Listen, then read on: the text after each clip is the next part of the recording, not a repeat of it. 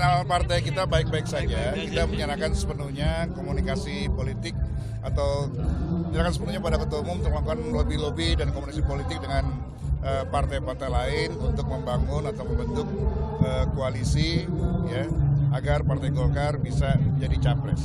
Karena keputusan partai kita udah bulat bahwa Partai Golkar harus memiliki calon presiden, yaitu Ketua Umum. Ada ini katanya Pak Erlangga akan dipasangkan dengan Caimin, makanya kemarin beberapa kali. Ya kita berdoa saja mudah-mudahan itu bisa kita wujudkan. Ya.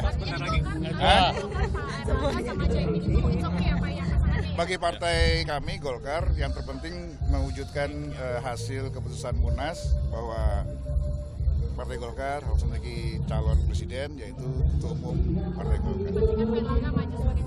Ya, kita harus yakin dan percaya bahwa beliau mampu mewujudkan lobby-lobby politik, komunikasi politik agar amanat Munas bisa kita wujudkan.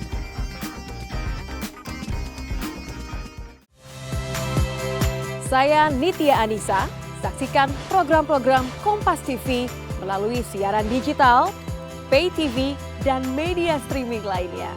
Kompas TV, independen, terpercaya.